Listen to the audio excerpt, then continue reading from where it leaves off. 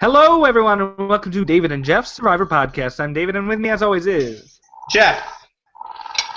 How are you doing, Jeff? I am wonderful. How are you, David? I'm doing great. We had a wonderful premiere. I have really enjoyed it, and I'm ready to talk about it with a special guest. She is the former co-host of David and Nicole's Survivor Podcast. Back from Africa, we have the one and only Nicole with us. How are you doing, Nicole? I'm great. I'm glad to be back. So, a lot of changes for you in your life. You came back from Africa and you got engaged, is that correct? Yes, it is. So, preparing for that big day. Yep. The Survivor finale. Oh.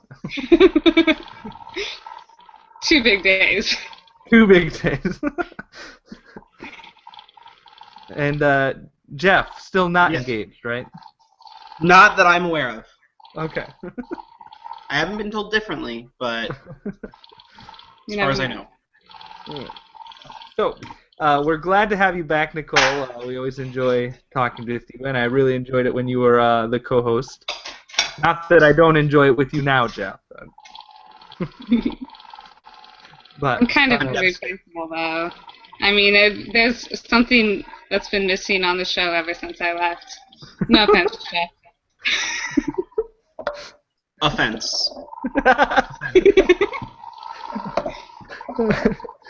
So, this should be a lot of fun. We're going to be talking all about the premiere episode and getting Nicole's and Jeff and myself our thoughts on it. But before we do that, we are going to do our top 10 lists. The top 10 lists are back, and Nicole is going to help us with this top 10 list. And our top 10 list today is the top 10 characters from the first episode of Survivor Worlds Apart. So, we just watched the first episode. We're going to make a ranking list of our top 10 characters who we thought were the best from this first episode.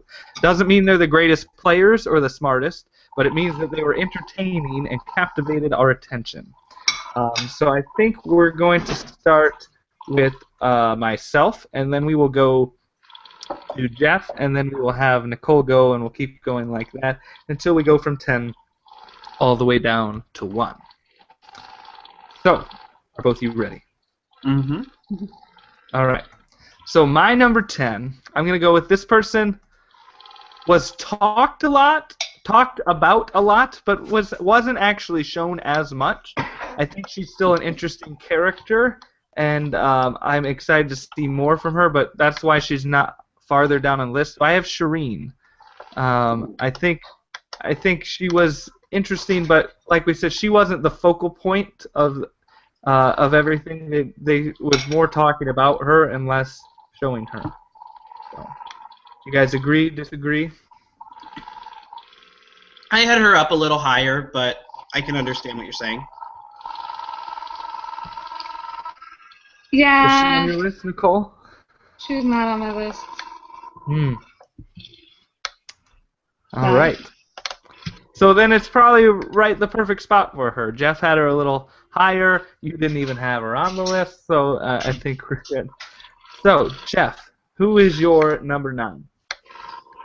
Well, I'm actually going to pick my number 10 in hopes that we all have similar lists and that I'm not going to be sacrificing someone up top. But I am going to pick, for number 9, I'm going to pick Tyler.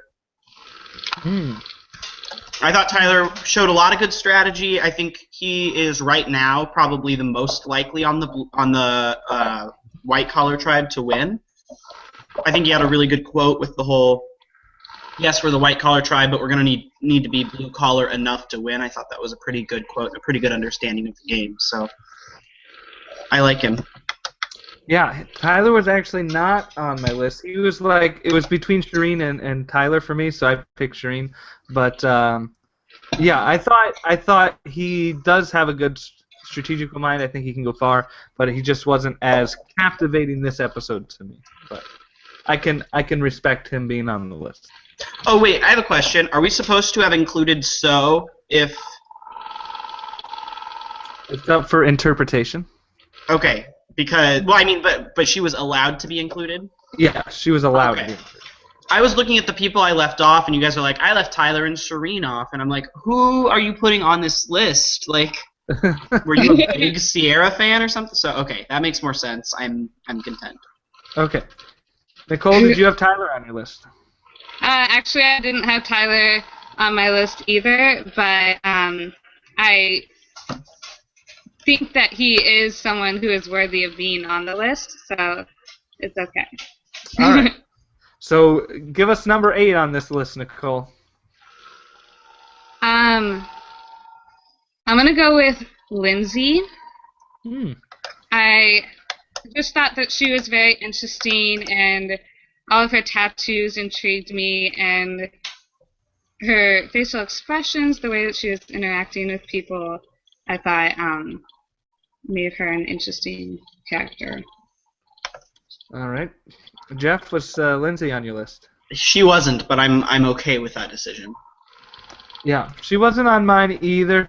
I chose someone else who had interaction with her over her, but yeah, I think she could be a very interesting character. I think they set her up, like they showed a little bit to get our interest, but I mean, obviously we didn't get to see a huge amount of her. So yeah, I'm definitely intrigued to see her going a little farther. All right, so I have number 7, which means that I may have to skip some people. So I'll go with this guy who is looking to start to be a train wreck, and it'll be interesting to see if he can somehow recover or he keeps going down the track of explosion. So I'm going to choose Dan from the Blue Collar Tribe. He seemed to not be that not to be that good at the game right now, just going off on people. I think the age difference is actually getting to him. I thought he would be a little more adaptable than he is because he has been trying to get on since the second season. But yeah, it was entertaining me to see him not do so well. I had Dan a little higher on the list. I like people who, in my mind, get upset for no reason. Like I didn't fully understand why he was like getting so worked up, and that made me laugh a lot. So he's just I think with a personality like that, he's definitely memorable. Jeff? I actually have Dan significantly higher on my list, mostly for the Speedo, but for other reasons as well. What'd you have him at?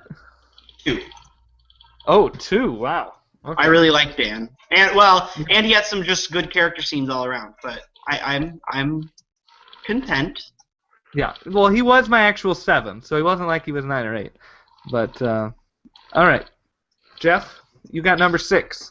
I do have number 6. I'm gonna call an audible on my list construction here, and I'm going to pick someone who I actually have as 9, but I think I've changed my mind and I don't really like my 7 and 8 anymore, and I'm convinced that I don't know. I think this is the right choice.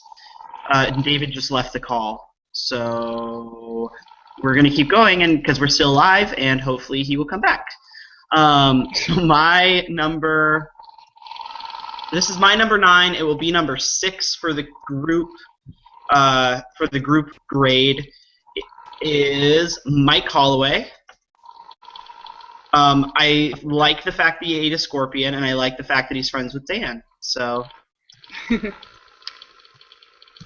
Yeah, I had him at number 3. So I guess Dan and Mike were sort of flip-flop for me. I was very intrigued by by Mike. I think he played.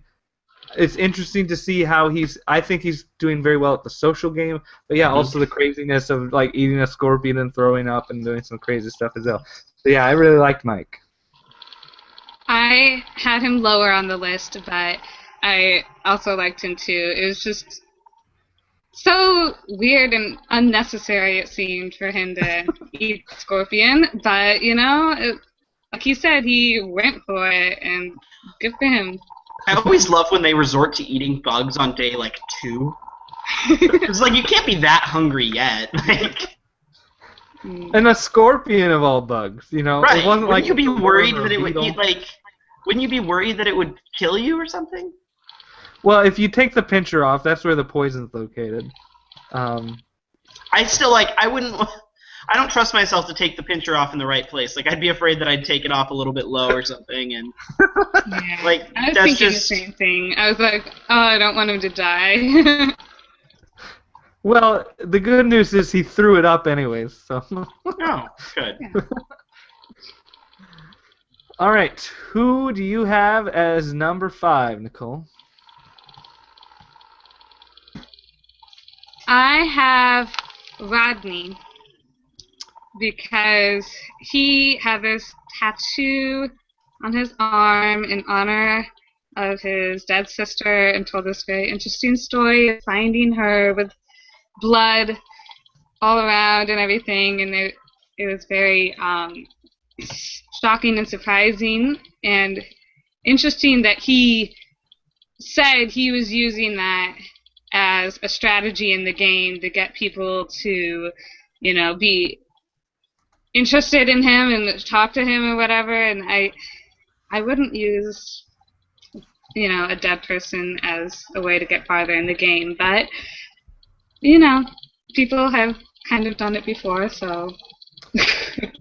Yeah, I have Rodney as number 6. So I thought that whole thing of essentially he picks up women by doing the arm tattoo. Yeah, it was just completely ridiculous. But I enjoyed seeing it and wondering what other tricks he has up his arm. Up his lack of sleeves. Yeah. I had Rodney a bit lower, but I thought, he was kind of a scumbag, but an interesting character nonetheless. Yeah. All right, so I have number 4, which puts me at an interesting dilemma. So I have my number 4 left and my number 2 and 1. But do I think you two are both going to pick my 4 and 2 and leave me with 1? So it's an interesting dilemma. I think I'm going to choose as number 4 someone who I actually had lower on the list, but I think they deserve to be in here. I'm going to choose So. She got voted out, but she was pretty interesting from the horrible lie that her and Joaquin told to her, really pushing Carolyn and causing all that, even, being brutally honest in tribal council and all that. I thought she was a very interesting character. Did you guys have So on? I didn't realize we were allowed to put her on the list, but I thought she was interesting. Yeah, Nicole? she definitely stood out to me. I didn't have her on the list either because she got voted out, but I didn't expect her to say so much at tribal council and really just be like, well, we're voting you out and blah blah blah. Like she definitely had a lot to say and a very interesting character and attitude. I still don't know why they didn't turn it around on Max, but. Well, apparently I was reading an interview, and she knew that she was getting voted out. So the whole reason why she even brought that up was to point it out at Max and how he was playing both sides. But it seemed like the rest of them didn't really care that much. So, all right, Jeff. This is number 3, right? Yeah. Yep. Well, I've got a number 3. I really like this person. I think this might be our first person from the No Caller tribe who is on our list. Yes. And I really like this person. I thought that she brought a lot to the game. I think that she's going to be a really good player. I think she's going to be really interesting to watch play, especially with another character who I think is going to also be on our list. And so that's why I've picked Jen. Good choice. I had her at she was my number 4, so I was debating choosing her, but I was hoping one of you two would pick her. So yeah, I totally agree. She was interesting to see her relating with both of the 2 guys on her tribe, and she has a humor to her that's entertaining to see, but also she could be in a very big strategic position coming up on down the line. So was she on your list, Nicole? Yeah, she was actually my number 3 as well. And I enjoyed her interactions with a couple other people on her tribe and the little triangle thing going on. I don't really want to call it a love triangle, but whatever was going on, I liked it. All right, Nicole, you have number 2. Oh, this is really tricky because, like, there's someone that I want to be number 1, but I don't know if you're gonna pick him as number 1 or not. We're probably on the same page, right, Nicole? I'm gonna go with, well, good grief, there's so many good characters already on this show, but I like Joe. He was my number 2, and his confidence with getting a fire started and that sort of thing was really neat, and his interactions with Jen and other people on the tribe, his long hair, that sort of thing. But I don't know if you guys agree or not. I had Joe at number 8. I really like him. I think he's one of the people who I can see the most potential of winning the game. Like, I think he has a very good strategy. He has very good social skills and personality. So in that sense, he is very interesting to watch, and I think he's one of the few people right now that I could really see going far and potentially winning the game. So I don't think it's a bad choice. Like I said, I have him on a list. What do you think, Jeff? I had him in the same place as you did, number 8. Yeah. So there's only one spot left, and now I'm down to 2. I'm in the same boat. Tough position. I like both of these people so much. But from a pure, absolute entertainment standpoint where I would be gravitated at every single scene this person is in, I have to go with Vince at number 1. Just of how much of a crazy stalker he is, and how he would completely, I don't know, he's so creepy that it's fascinating to watch. And just the language that he uses and everything that, I think he has to be number 1. What do you think, Jeff? Yeah, I had him at number 2 because I was hoping for someone else to be number 1 who didn't even make our list. So, but I Carolyn. Yes, it would. Yeah, she was my number 2. I was debating back and forth between them.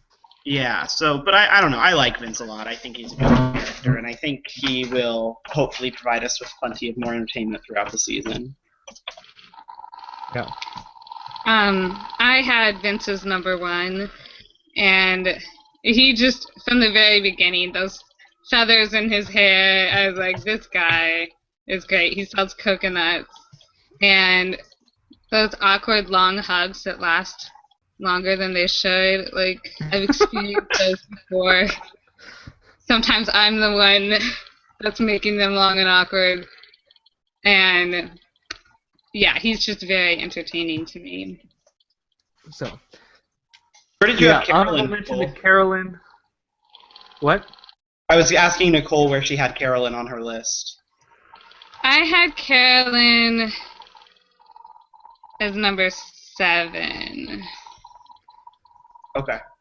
And the reason I had her so low was just because I feel like the only reason she was memorable was because she almost got voted out, and like if her tribe hadn't lost, then I don't know if we would have seen much of her, and I don't know. I wasn't super impressed by her. Yeah, I mean, she found the idol. I guess that was the other memorable thing. But Right. yeah, the main thing was her, saving her butt and working the alliances. So. All right. So, Jeff, have you been recording what our list has been? Oh.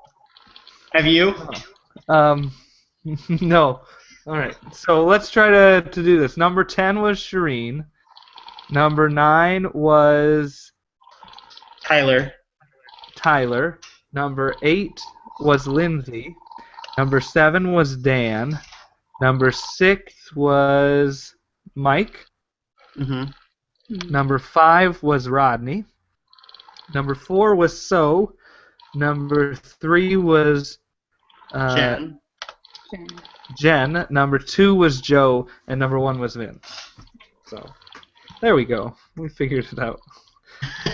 And let's give an honorable mention to Carolyn. Yes, honorable mention to Carolyn.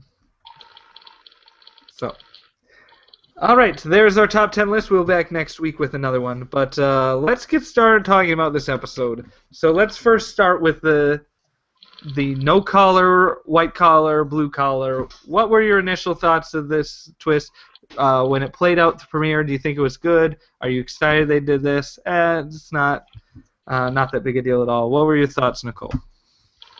I thought it was a great twist. I thought they had already in other seasons divided people up in so many different ways that couldn't possibly think of a new, unique way to divide people. You know, they had done men versus women and different races against each other, young versus old, that sort of thing. And so I thought it was really creative for them to divide it like this. And I like the dynamics and the way that it's working out and how, like, a lot of the white-collar people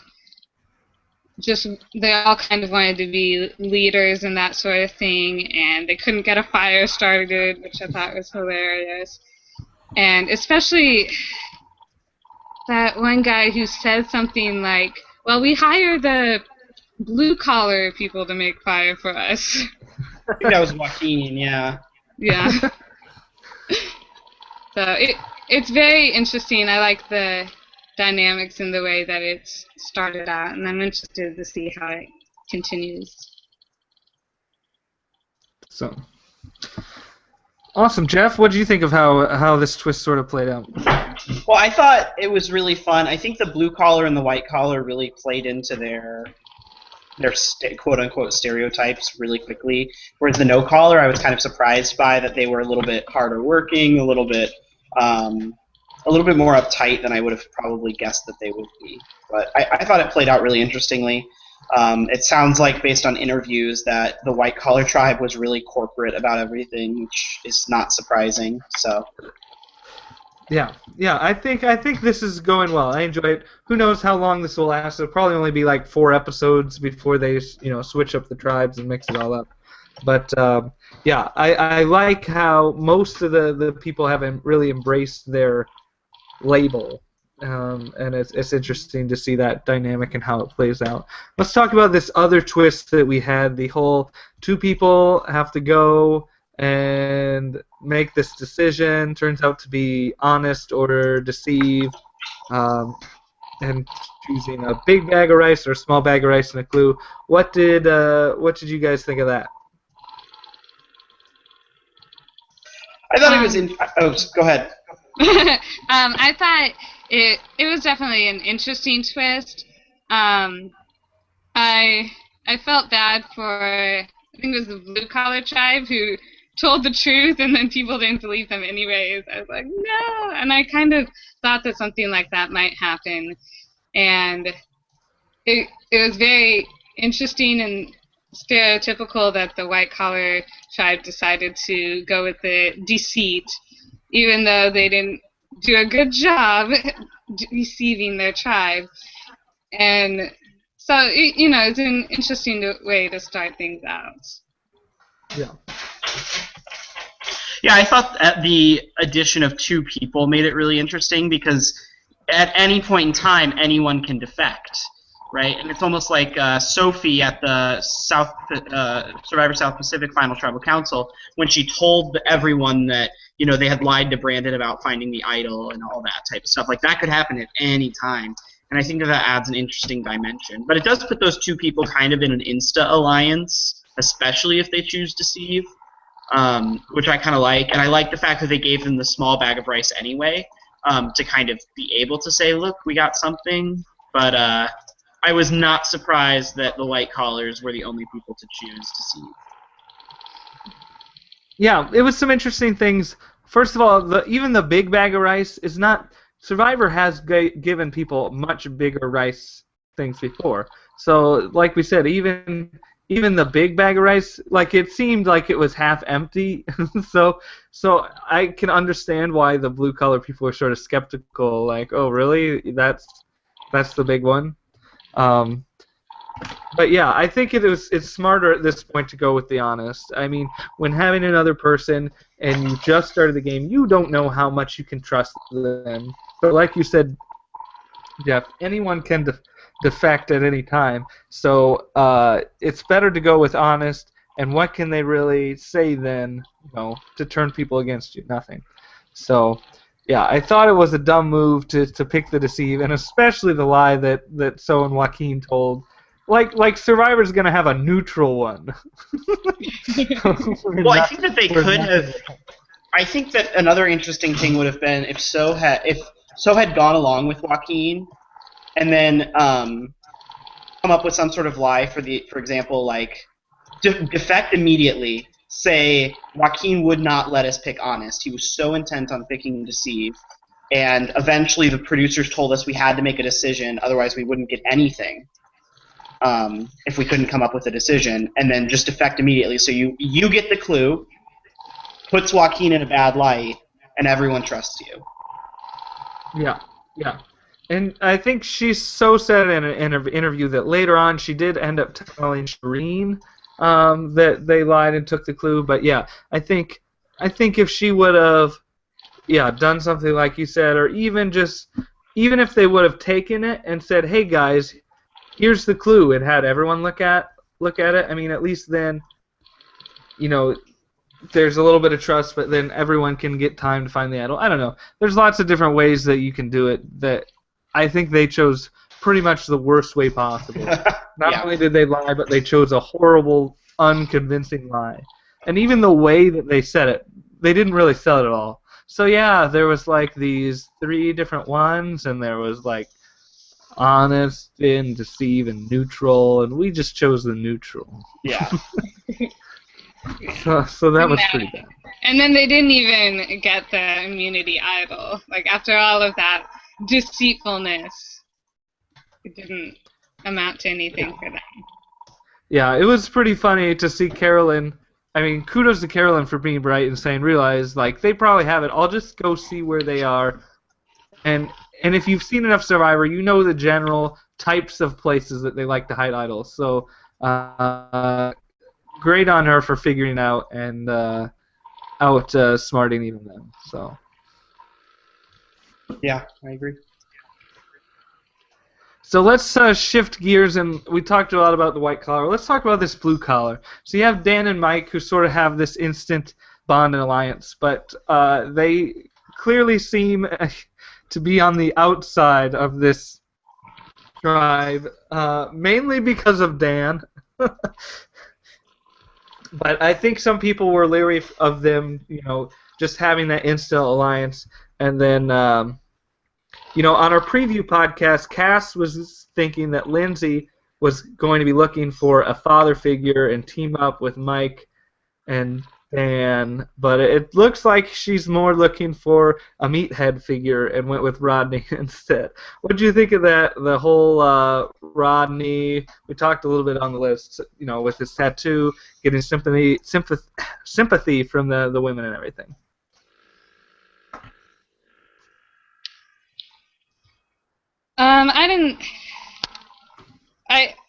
I don't know. The blue collar tribe is very interesting, and the tattoo thing, that's something obviously I would never do. Try to like get people to like you for that reason, and I'm never a big fan of guys on the show who's like, let's get the girls and have them on my side and bring them along to the merge and everything. Like maybe the woman's gonna bring you along to the merge. Like, I just don't like their mentality and that sort of thing, the way they do that. And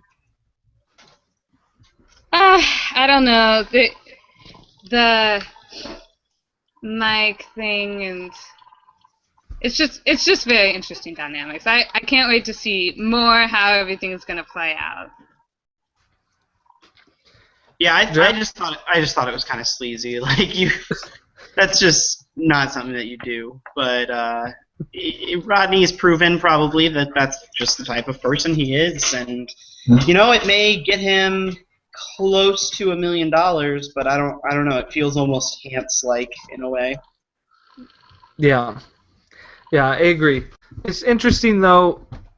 It's interesting where Mike fits in everything because we saw another part of the blue collar tribe is that Ban is sort of just yelling at people and trying to tell them what's the right thing to do, and then he realizes that he's doing it wrong, but even that he doesn't handle everything the right way at all. I think Mike is playing actually a very good social game, and where he's befriending Dan and trying to comfort him, but I think he's also pretty well liked with everyone else. Like we didn't see anyone saying, "Oh, Mike is bad." We saw quite a few people dissing Dan, but so I think if he can distance himself from Dan enough that he can be seen as a valuable and an asset apart from him. But if he tries to lump himself too much with Dan, I could see it ending up poorly for him. What do you think of the Dan with his tribe dynamics and where Mike all fits into that?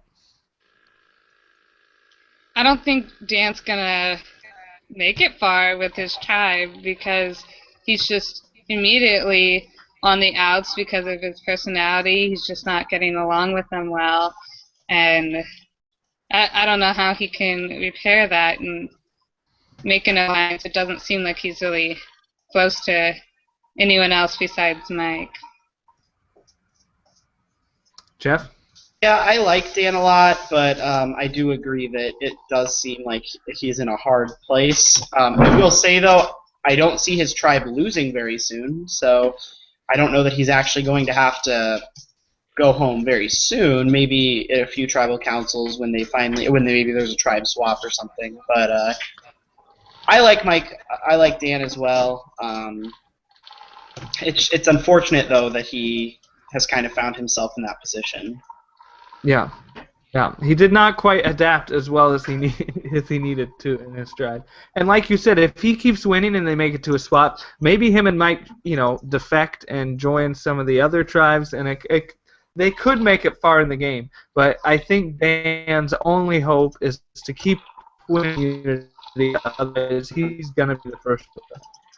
A lot to challenge, and he's obviously not bringing anything to the social camp life. So I think he better pray that they keep winning the immunities. Mm-hmm.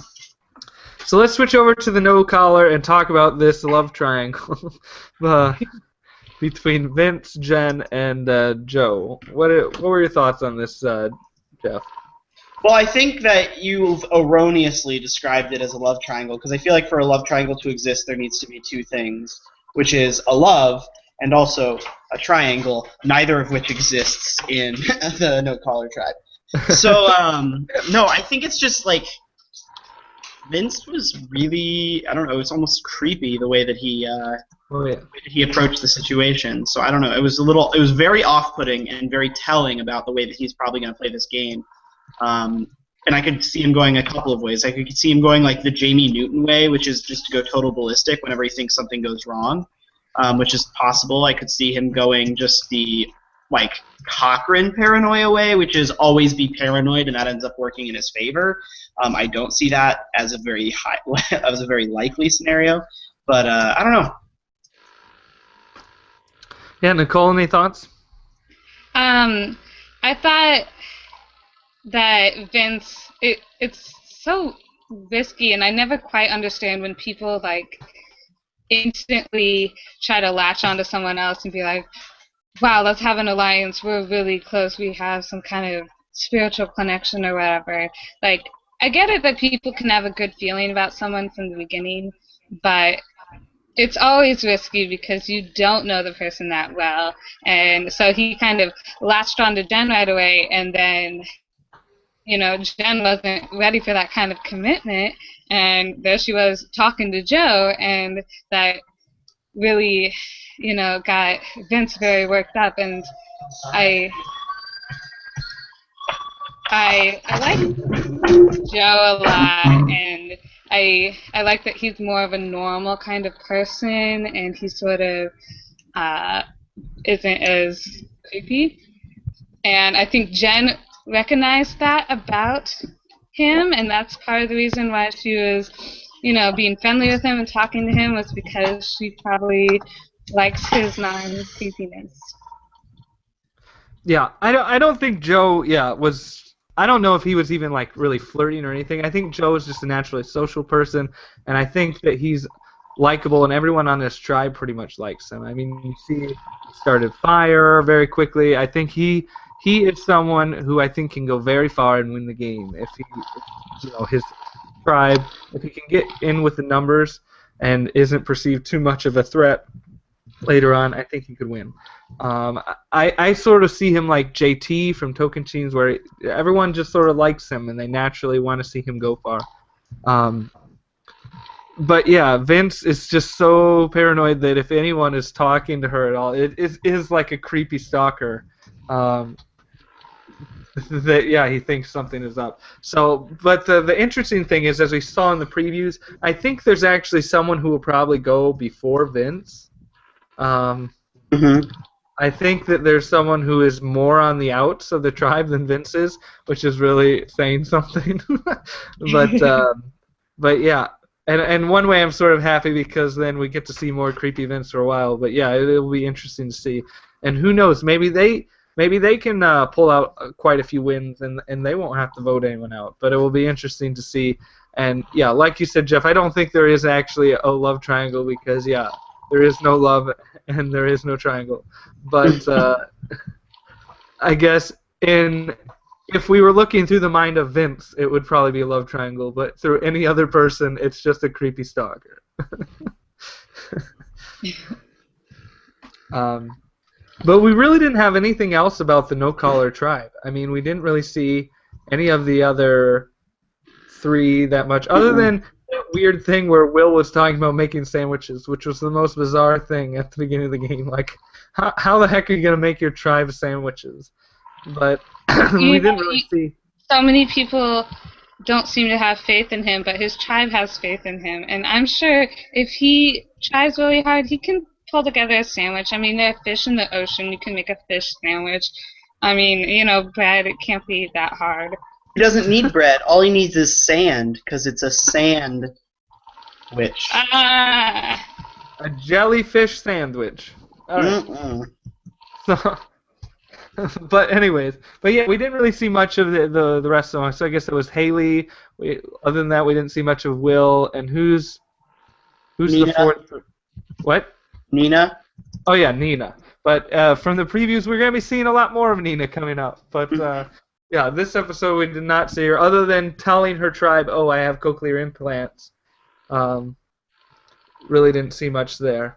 And back on the blue collar tribe, we didn't see a lot of Sierra.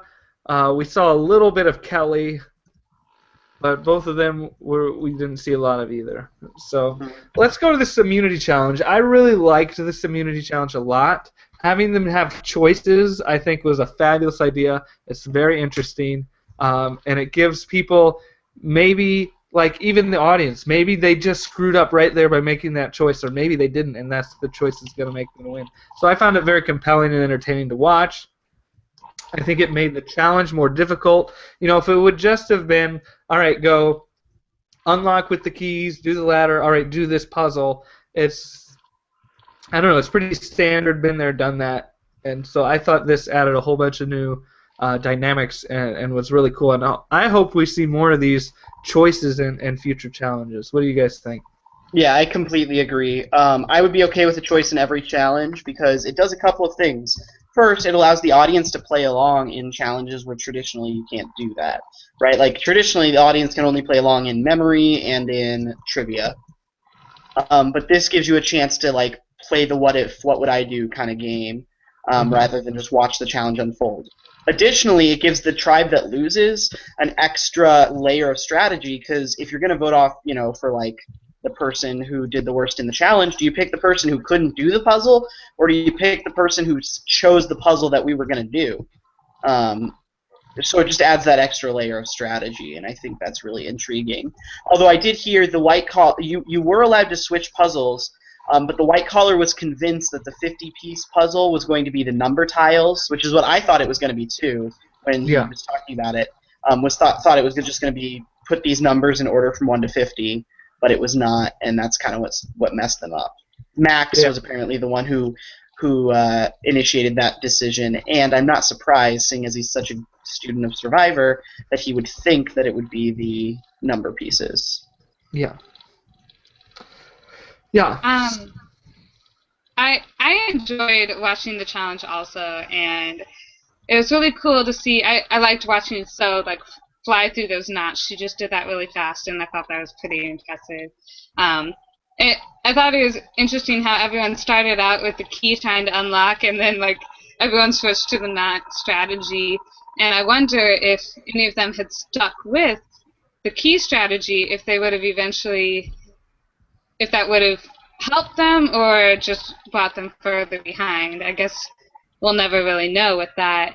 And I agree with what you guys said. It's really an interesting dynamic to have them kind of choose which puzzle they would have done. I wanted to see how the other puzzle would have worked out, because I like those kind of puzzles. I'm not good at them, but I like them. Yeah, I wanted to see someone do that 5-piece puzzle too. Yeah, I think the best strategy would have been to pull out the 5-piece puzzle and give it like 30 seconds. Give it to a big picture thinker. Give it like 30 seconds, and if they don't see it in that amount of time, because obviously it's going to be pretty hard if they're comparing it to a 50-piece puzzle. Give it 30 seconds. If you can't see it, then move on to the 50-piece puzzle. I was surprised. I thought the 10-piece puzzle was actually the worst one to choose, because I feel like there's a lot of luck involved in that puzzle, and we've seen a lot of people take a lot of time doing that puzzle in the past. So I was surprised that one was met with the most success. Well, and to be fair, the Blue Collar Tribe got it because they got to look at the No Collar tribes right next door to theirs. I mean, that's true. And So even said that in one of her interviews. Like, apparently Mike thanked the No Color Tribe after they won the challenge. Yeah. So, but what you were talking about, Nicole, about the locks versus the ropes. Gordon Holmes, who does a column about Survivor, he got to go on and practice the challenge, and he said that the keys were without a doubt much faster than the ropes. So I think they all were just getting too panicky. I mean, I was going to say, I think it's a pressure thing. Yeah. I mean, it's only 20 keys. I mean, obviously it takes a little bit to just process of elimination, but I think it would have been much faster to do the keys if someone actually would have stuck with it. But it was interesting to see the Blue Collar come from behind that much. And really, that didn't give me a lot of hope for future challenges. I know we said in our preview that we thought they were going to be the powerhouse, but I think it may be the No Collar. I mean, if they can continue to work together, they looked really strong throughout all of the challenge, whereas the Blue Collar was struggling a bit. And obviously, the White Collar just fell apart completely at the end. Like, what did Shireen do? Like 4 pieces? Well, she for some reason didn't consider separating them by color. You could see, like, Max got so much further in the small amount of time that he used after he took over. She just could not, for some reason, consider, hey, maybe I should switch them by color, or sort them by color first. Yeah. Oh, yeah. I'm just surprised they didn't dump out that puzzle and immediately do a different puzzle. Yeah. Yeah, she wasted so much time. So... But I like Shireen. I think she could. It would be interesting to see her go far. And let's talk about this White Collar dynamics. So you had apparently in the interview, So actually made an alliance with Shireen, and that's why she fought so hard to get rid of Carolyn, was because Shireen and So were sort of working together. But obviously, Carolyn was had this thing with Shireen and Max, and they were able to convince Tyler to go along with because of that immunity idol. What do you think of this new foursome? I think they're strong. They all know Survivor really well. They've got an idol between them. You've got Max, who's really like the student of the game, the detailed thinker. You've got Tyler, I think, who's a little bit more big picture. You've got Carolyn, who will probably take quite a few of the bullets because she has such a loud mouth. But she's also, I think she's also strong and she's good. And then you've got Shireen, who is a little bit more balanced. I think carries some of all of those characteristics. And so I think that it could be a really good foursome, assuming they're able to get anywhere together. Yeah. Let's say that they lose the next challenge. Do you think Joaquin goes home? Yeah. Oh, Nicole? Probably.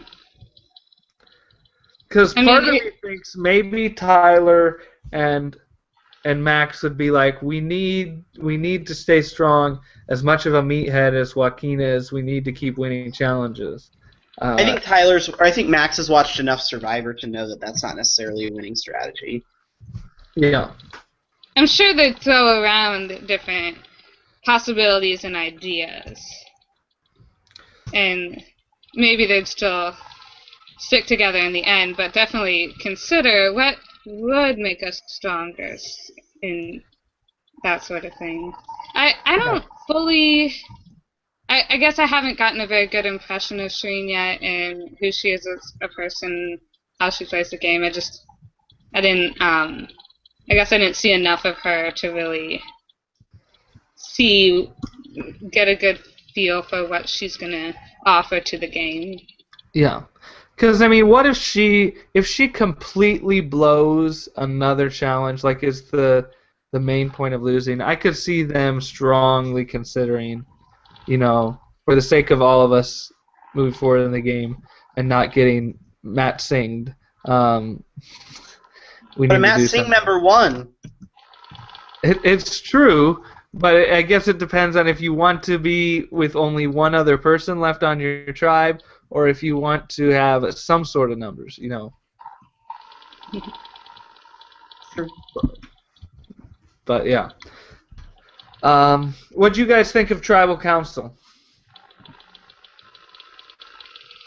I was amazed to see how much So had to say and everything like that. It really, to me, seemed like she was digging her own grave at Tribal Council, and because I thought, oh no, Carolyn, she better play that immunity idol, and then, like, the more So talked, the more I was like, maybe she doesn't have to play it, and I don't really know why she was acting like that. I would always go for more of a quiet and mysterious approach if I were ever playing the game and at a tribal council. I wouldn't want to mention a lot of names directly and get this big disagreement going on. Yeah. I still think they should have turned it around on Max. That would have been the best play. Because there was a point where So goes, so Max is lying to one of us, and I literally thought, is this the part where they turn it around and it becomes like one of the biggest, most ridiculous vote-offs ever? And then So went home. Like that would have been the perfect opportunity to actually do something, and if she had a play left, that was it, I think. Yeah. I think she could have easily gotten Carolyn in on. She could have easily gotten Carolyn in on the idea. She obviously could have gotten Joaquin in on the idea. So there's 3. Now you just gotta hope that Sheeran or Tyler votes with you, and you have an idol. Yeah, I think the only thing was like she said, she knew that she was going home. I think they already discussed and told it beforehand. So it wasn't. So she would have had to do some major convincing. And I think that's why people were just like, "Oh, we already know we're good with Max and that you're going and other stuff." Mm-hmm. So I think it would be cool if that could actually happen. But I think the decision was a little more set in stone than they had it. They showed it as a lot more up in the air, during the actual crowd. Mm-hmm. Any other thoughts you guys had for this premiere episode? Not off the top of my head. There was a quote I really liked from the beginning. I think it was Tyler who said, I don't think there's going to be any problem going from an urban jungle to the actual jungle. I was like, really? I think there's a big difference between that. Well, we saw how that really worked out for Joaquin. Hmm. Yeah, Joaquin is one of these people that got recruited and really doesn't know anything about the game. So he got kept because he was a strength in challenges, and probably because he's not a threat strategically or anything. They're not too worried about Joaquin trying to pull something and break them all up. So. Yeah, I think it's going to be. I'm looking forward to the season a lot. I think it's going to be very interesting. I think we have some pretty great characters here. It will be interesting to see Nina. Apparently, she completely freaks out on people, and I did not see that one coming until they showed it in the previews. But Well, we just trying people to. with hearing problems sometimes lash out, okay? That's true. Maybe Mark Burnett, when he was younger, got made fun of by like someone who was deaf, and so he only cast people who are deaf that are gonna that everyone's gonna hate, like Christy and Nina. I didn't hate Christy. You should have. no, they It is edited fine. Christy to be a very popular player. Now, if you talk to the people who actually played the game, he was not that popular. Hmm.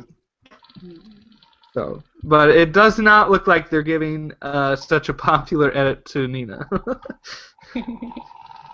So, yeah, it will be interesting. Well, before we end this podcast, we're going to do one of our survivor drafts. This is where we take a group of survivors and we sort of create our own tribes. So we're going to stick with this. We're talking all about the premiere. We're going to stick with these 18 people, and we are each going to get our own tribe to draft. 3 men and 3 women to have our tribe as the perfect one. There's no white collar, blue collar, no collar. We can choose anyone we want. And then after we all have our 6, 3 guys, 3 girls, we each get to choose one more person, a former survivor, to join as our 7th tribe member. And we'll see who has the best tribe. So we are going to let Nicole go first. We'll do the reverse order of the last one. So we'll go Nicole, Jeff, and then myself. I'll be last. But we'll do the thing where whoever's last will then go first for the next round. So you'll have the first pick, Nicole. Jeff will have the second. I'll have the third and fourth. Then Jeff will have the fifth. You'll have the sixth and seventh. And then Jeff will have the eighth, and so on and so forth like that. So it keeps snaking back and forth. Okay. Do I start by picking a guy or a girl? That is all up to you. Okay, then I am going to go with Joe. That was my number 1 pick as well, Nicole. You stole it. Any reason why? I think because he's likable and I just have good vibes about him. All right, Jeff. I will start by picking Tyler because he's likable, smart, good at challenges. I think he's got a good chance. Tyler was again one of the top 3 guys for me. So you guys got my picks. All right. I'm going to choose a guy who I think is very smart. I think he's pretty good athletically. I think he could be a good addition to the tribe. So I'm going to go with Max as my first pick. And for my second pick, I'll choose a girl. I'll start the girls off. And let's go with Jen. Again, I think she's athletic, likable, and I think she's got a good head on her shoulders. So we'll go with Jen, too. And we go back to you, Jeff. I will pick Mike Holloway.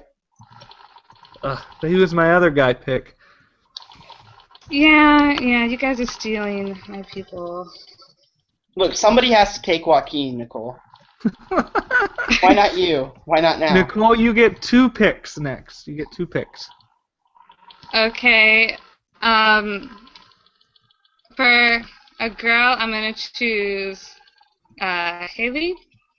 All right. Because she just seems to...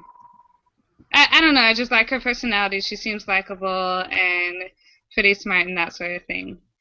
So, choosing her, and then I'm gonna choose a guy. I'm gonna go with Will because I don't know. He seems like he has the potential to be funny, and that could make him likable as well. You guys are leaving me with duds. Yeah, my top 5 were Joe, Max, Tyler, Mike, and Will. So, your turn, Jeff. I think here. I think I'm gonna pick Dan. And just get my guys over with. I think that I do think Dan is self-aware enough to know when he's messing up. So it's just how bad does he mess up before he has a chance to fix it. And so I will pick Dan. All right, I'm gonna choose Rodney. Because while he may not be the brightest guy, he seems to have some charm, and he can get some people to like him, and he seems pretty physical in challenges, so I'll give him. So then there's one guy that I really don't want in my tribe, so I'm going to have to choose the last guy and force Nicole to get this other guy. So I'm going to choose Joaquin, actually. I think Vince is just a train wreck. So I'm going to get Joaquin. While he may be very douchey, I think he can be a number to anyone who wants to use him. Good. I wanted Vince. All right, Jeff? I will pick Carolyn. She was my other top girl pick. So Nicole? I'm gonna go with Lindsay. Just because she stood out to me. And do I pick again now? Yep, you pick again. Who is left? I don't know. Kelly, I guess. Not a bad choice. All right, Jeff. Sheeran. I think she is smart. I mean, she sucked at the puzzle challenge, but I think she's got a lot of potential. All right. Now, the last time we did a Survivor draft, Jeff, you were going all for the physically strong, just get the strongest tribe. You are not going that route this time. I don't think I'm going anti that route. Well, you sort of have Dan, Carolyn, and Shireen. I don't know that Carolyn's bad at challenges. What did she do that proved to you that she's bad at challenges? Well, her tribe was saying that she didn't really do anything in challenges. That's different than being bad. That just means she didn't. Her tribe said she didn't step up. That's different than being bad. Okay. All right, so I have my last 2 picks. I'm going to choose So, even though she was the first one out. I think given a different dynamic, given that she wasn't picked by Joaquin at the very first and had that awful lie and everything, I think she could have gone farther. So I'm going to give her the benefit of the doubt and pick So again. After that, let's see, there's only 2 girls left. I'm going to choose Sierra. I don't know anything about her. What? Damn. I don't know anything about her other than she seems to be doing well in her tribe, and she isn't horrible that they had to show her, so... Jeff, who's your last pick? I'm going to change the rules of David and Jeff Survivor podcast and say we're not allowed to talk about previews. So I'm going to pick Nina. She's shown nothing that would indicate that she's going to like freak out heavily or anything. She's got the sympathy vote. She's kind of quiet, but that's okay. And again, since previews are now currently outlawed, she has shown nothing that would show that she would be a bad tribe member to have. And your last player, Nicole. Who's left? There's only one guy left. Oh. Your favorite guy. Oh, yes. Feather guy. Vince, yeah. All right. So we each have our 6. Now we get to choose one former survivor to join our tribe. It can be any former survivor you want. Who are you going to choose, Nicole? I'm gonna go with Sandra because she's won the game multiple times and she's awesome. All right. You go next, David. Why? Because I want to hear what you have to say. All right. When I look at my tribe, I see some real meatheads. I need someone else who is pretty socially well, does socially well and strategically well. So I'm actually going to choose Malcolm to join my tribe. I think that he could do well in this tribe, and I think he brings some stuff that maybe is lacking a little bit in mine. So I'm going to pick someone who I think... my goal is that with returning players, there's always a fear that they're going to be voted out because of their reputation. Like, oh, it's a returning player. We're a bunch of new players. We don't want that to happen. But I still want someone who's physically strong and socially capable and strategic. And so I'm going to pick someone who I think none of them will recognize. At least no one on my tribe. Max might recognize this person. Might. I don't even know what he looks like today. So I'm actually going to pick Hunter Ellis. All right, Hunter. An early boot, physically strong. Yeah, he could go very far in the game. So not a bad choice. So here are the tribes. Nicole's tribe has Joe, Haley, Will, Lindsay, Kelly, Vince, and Sandra. Jeff's tribe is Tyler, Mike, Dan, Carolyn, Shireen, Nina, and Hunter. And my tribe is Max, Jen, Rodney, Joaquin, So, Sierra, and Malcolm. I also have a showmance on my tribe because if you did not hear, So and Malcolm are actually dating. So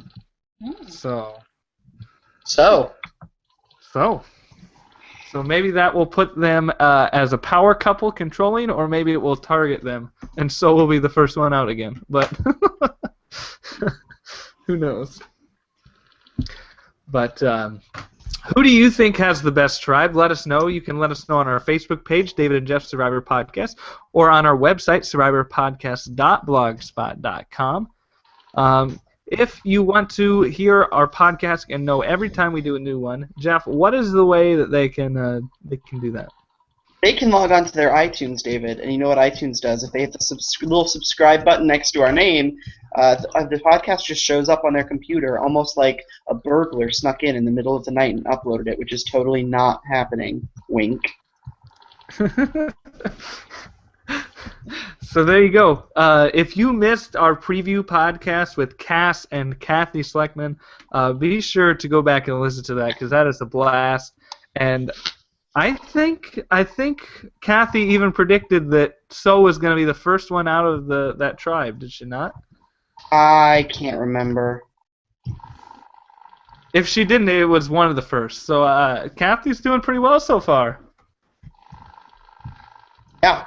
Kathy historically has beaten our Katukuses, because I think I remember last season we both said Val's a late game contestant, and Kathy did not agree. So it is time to make our winners' picks, Jeff. And Nicole, you can make your winner's pick as well. We've seen one episode. We've sort of gotten a vibe. What do you think? Okay, last season... Oh, sorry, go ahead. I'm going to just go with Joe because he's pretty cool. All right. Jeff. Man, such a tough question. You know, but I've been saying Max. I don't know if that's actually the case. I don't want to say Mike. That seems too obvious in my opinion. I think I'm gonna. Oh man, that's so hard. I think I'm gonna pick. You know what? I think I'm gonna pick Jen. Jen. I think she's socially aware enough to take home the win. Interesting. For me, it's between Mike and Tyler and Joe, but Nicole picked Joe, so I'll pick someone different. So I'm gonna choose Mike. You said it's a little obvious. Sometimes Survivor's a little obvious. I'm gonna choose Mike. I think if he could make cross alliances whenever a tribe swap happens, and I think he's pretty safe until then. I could see Mike doing some stuff to take it home. So, not bad picks. We'll see. Last season, Jeff and I were both pretty off. I wouldn't more say so we were than, pretty off. me picked more Reed. so than you. Yeah, I picked Reed and you picked Jeremy. No, you picked Val. And then we agreed that because Val was voted off and it didn't leave any sort of suspense, that I would get Josh and you would get Jeremy as well. Yeah. And then Josh was voted off, and then Jeremy was voted off, and then Reed kind of hung around for a few episodes and then was voted off. But Reed's jury speech was much better than either Josh's or Jeremy's, so I think I still won. Okay. But yeah, we'll see. We'll see how it all comes to be. But we thank you guys so much for listening. Thank you, Nicole, for coming back on. It was a blast. We always enjoy having you back on. So hopefully we can hear more from you as the season goes on. But thank you guys all so much for listening. Stay tuned. We'll be back next week to talk about episode 2 of Survivor: Worlds Apart. Goodbye. Bye. Bye.